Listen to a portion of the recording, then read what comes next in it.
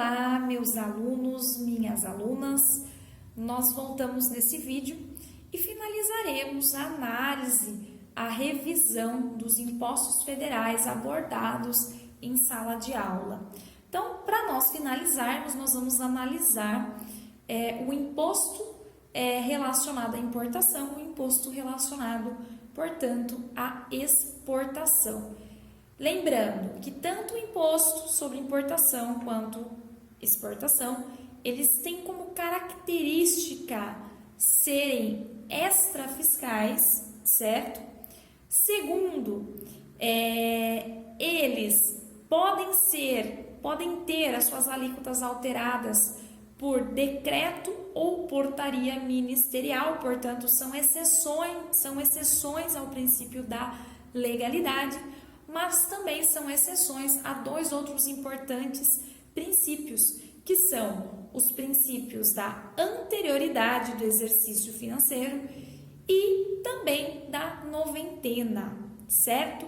Então, para que nós possamos analisar cada um deles, vamos começar pelo imposto de importação, que tem como fato gerador a entrada de produtos estrangeiros no nosso território nacional, certo? Importante, também vai ser considerada como estrangeira toda mercadoria nacional ou nacionalizada e, portanto, vai aí incidir o imposto sobre importação, com algumas exceções, certo? Quais são essas exceções, pessoal? Primeiro, se essa mercadoria nacional ou nacionalizada, ela foi enviada à consignação e não foi vendida, certo? Segundo caso, se ela for devolvida por um motivo técnico, algum defeito, alguma falha, certo? E seja devolvida para sua substituição ou reparo. E por fim, em caso de guerra ou calamidade pública, certo? Tirando essas três exceções, se ela for nacionalizada, ela será considerada para todos os efeitos como estrangeira e, portanto, vai ali ter a sua incidência, esse imposto. O que é importante? Também não incide no caso da entrada provisória ou temporária de produtos estrangeiros. E eu lembro que nós demos como exemplo as exposições de obras de arte, certo?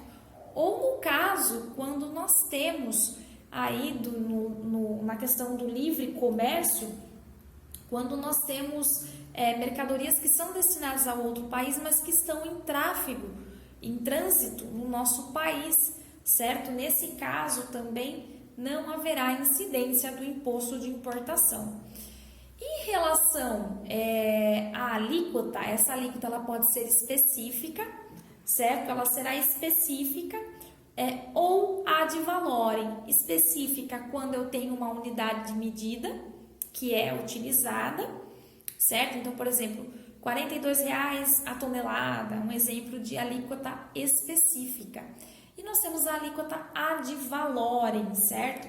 Que aí, no caso dessa alíquota ad valorem, nós vamos levar em consideração o valor específico e aplicaremos ali um percentual, certo? Então, nós utilizamos aí o que está previsto, né? Portanto, as alíquotas vigentes nós temos ali previstas em relação ao TEC, certo? Ao TEC, que são ali a tarifa externa comum, ali a previsão das alíquotas, e nós temos também na tarifa aduaneira, no TAB, portanto, quando se trata de alíquotas específicas, certo?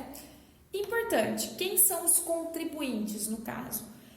O importador, que é aquele que promove ali a entrada desse produto estrangeiro, ou o destinatário, certo, dessa remessa postal, ou o adquirente da mercadoria que foi entreposta, como diz a lei, a expressão entreposta. Nós vimos, né, que nós temos isenção em relação à bagagem, né, que é as roupas e objetos de uso ou consumo pessoal que são necessários à estadia no exterior e que, portanto, não incide também na importação. importação. Bom, em relação à importação, nós conseguimos analisar aí a maior parte dos seus aspectos, certo? Agora, nós vamos analisar em relação ao imposto de exportação. Então, enquanto na importação nós temos a entrada de produtos estrangeiros, certo?